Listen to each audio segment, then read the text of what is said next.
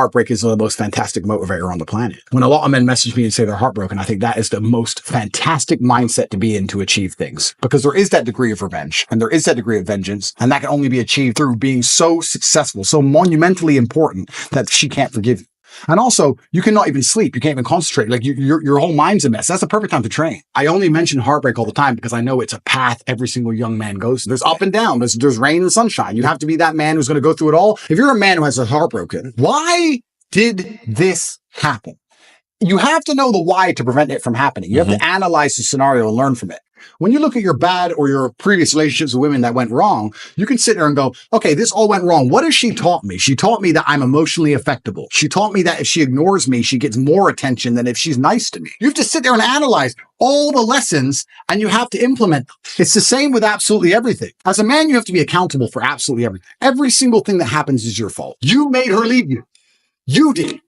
Whether you like it or not, you are the reason she became so cold. You are the reason she doesn't listen anymore. You are the reason she's so arrogant all 100%. Of a sudden. You are. You may not have identified why yet, but if you identify why, then you get into your next relationship healed and understanding what you did wrong and learn from it. That's what you have to do. But most of these men don't want the self-accountability and they want to blame the women. You have to blame yourself. I actually truly believe that women in their hearts, unless they're completely corrupted by society, women just want to love and be loved and feel safe. That's what they want. They want a man that they can look at and they truly know he makes the decisions and I trust him to make the decisions and I love him for that and I respect him for that. That's what they truly want. When a woman starts turning on you, it's usually because she doesn't trust you for some reason. She doesn't trust your judgment. If she starts to doubt your judgment, how can she truly love you? You're the protector. You're the provider. If a woman's gone cold on you, you have to sit there and go, okay, she doesn't trust my judgment. What have I done that made her doubt me? It's not her fault. It's your fault. Every single time a woman leaves you as a man, it is your fault. Always. Even if a richer, more successful, more alpha man stole her from you, it's still your fault because you need to be like him. It's always 100% your fault. First things first is that going through a breakup sucks. And every single man out here, no matter what they say, understands how bad it is to go through a breakup and understands what heartbreak's like. It's difficult. It's not easy. I'd actually like to argue that men feel more heartbroken than women. I think that's facts. I think it's true. And I think it's because one of the possessive element that we have, the idea of her being with someone else hurts more than the idea of you being with someone else to her.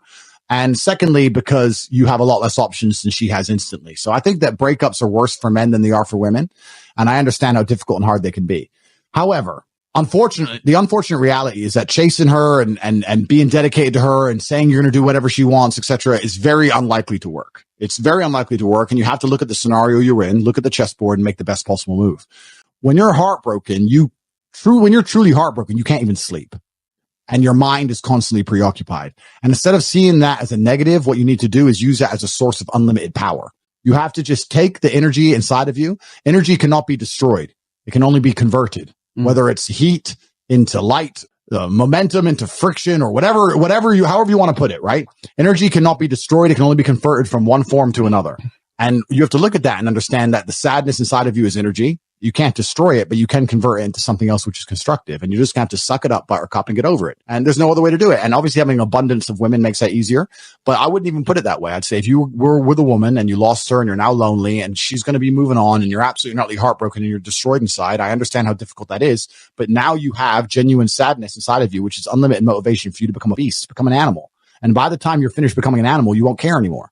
So if you really want to cure yourself, you just say, I'm going to get a six pack and I'm going to get bigger arms. And by the time my arms are this size and I have a six pack, you'll realize that you don't give a shit about her anymore. That's just the way the world works. Let's say your wife breaks your heart. If you're not going to work, you can't sleep anymore. You're upset. She's running around with a new dude. You see her Instagram story. She got some new guy. You're furious and you're angry and you're jealous and you're bitter. You have all of this inside of you. But you're not going to go to the gym and work hard and become so fantastically in shape and so rich and so powerful that no girl ever leaves you again. You're not going to do that. No. What are you going to do with it?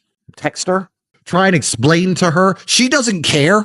Like you can write the most perfect English. You can write the most beautiful words ever constructed. Forget Shakespeare. You can do, it doesn't matter. She doesn't care. She just doesn't care. She's distracted. She forgot about you. She forgot about you. So what are you going to do with all of that inside of you if it's not positive? Well, it's going to consume you and you're going to end up self-destructive, or you're going to embarrass yourself, or you can take all of that and put yourself in a position where it never happens to you again. Yeah. Those are the choices. So What's the most intelligent choice to make? Yeah. You know, I don't understand how many humans function in the world today. I don't get people who don't think like me. I don't understand it. I'm like, well, then how have you survived this long? Life is hard. Life is difficult. Maybe I've just been unlucky, which I don't believe in, but I've had so much trauma and bad events and negativity and stress and all these things that have happened to me. And I've used all of it to be monumentally successful. If I wasn't that way inclined with the workload that God put on my shoulders, I'd just be in a ditch somewhere. Like, I don't understand how people are functioning. If you're not thinking like me and you're going through life with any other mindset, you've been extremely fortunate that God smiled on you and allowed you to sit around most of the time doing jack shit, and you have yet to be punished for that. Yeah. I could never have lived that life. If I was a bit lazy or a bit, or I was a bit of a snake, or if I lied to people, I'd be dead by now. Yeah. Like, so a lot of these people are just absolutely and utterly blessed by God that they managed to go through life with such a non-competitive mindset and they're still breathing. Like, yeah. I don't understand how people can think any other way. Yeah. I've spoken to dudes and like, I had a bad couple months. Why? My girl left me. You've wasted months. You've wasted months. But the reason I'm the luckiest man on earth is because God has given me endless building blocks to build a superhero. He's given me endless power. He's given me endless motivation. What did we say? Yeah. He's given me I have endless sources of power. I can sit here right now and recall events that will prevent me from sleeping for 2 to 3 days. That gives me a superpower that other men do not have. They want to go to sleep. They're tired. I can stop being tired for days at a time. I can just have a thought. I can remember. I can sit, close my eyes, and use the power of my brain to vividly remember events, and I will not sleep for days. And when people come to me and say, oh, this happened, I'm really sad, or my heart broke, or this bad thing happened to me, I say, good. Thank the Lord that he's given you this endless source of motivation. You're wasting it. Yeah. That's your problem, but it's been given to you. Nitrous oxide has been given to you. You just have to use it in the correct way. So I'm the luckiest man in the world because all the bad things that happened to me have given me all the building blocks to become the most fantastic man on the face of the planet. If you have your life in order as a man, truly and completely in order, then you're compatible with a lot more people. I think that if you're a man and you're struggling to find somebody you're compatible with, that's probably because you're a loser. If your life's in order, then you're compatible with a lot of women. Like me, for example, I don't need a woman to mother me. I don't need a woman to motivate me, to tell me to stop playing video games. I don't need her to do anything for me. I need her to be happy, positive, protect my spirit, pray for me, maybe little things, make me a coffee, some kind of small gesture. But my money's right. My motivation's right. My life is right.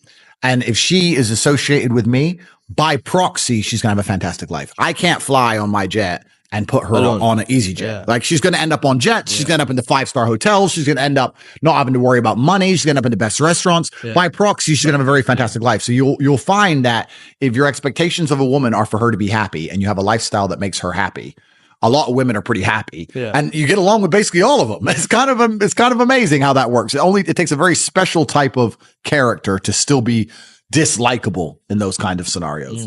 Whereas if your life is less perfect or your reality is less impressive, then you need a girl who's happy to be bored and then it becomes harder.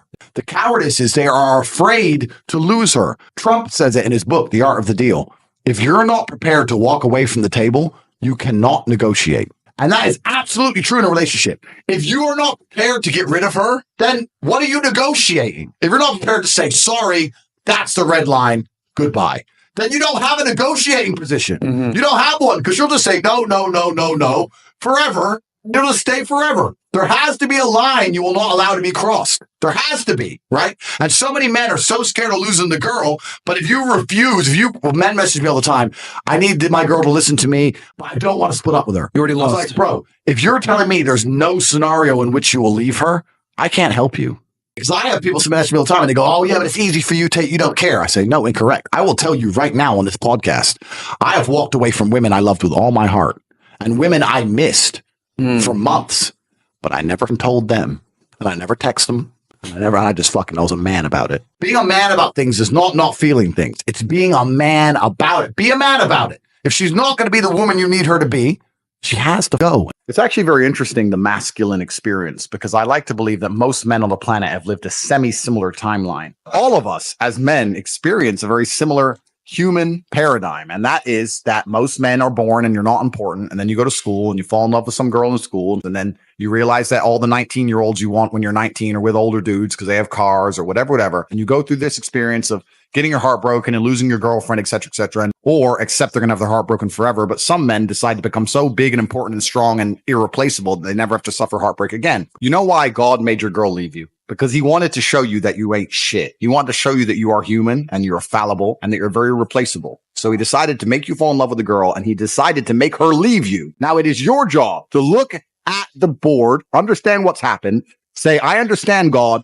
I deserve that. I'm glad she left me and I'm sad, and do something about it. Because if you refuse, if you ignore God's message, next time you fall in love, guess what he's going to do? He's going to make her leave you. Every single man out here, if you're upset that your girl's leaving you, God is reminding you that you aren't worth shit.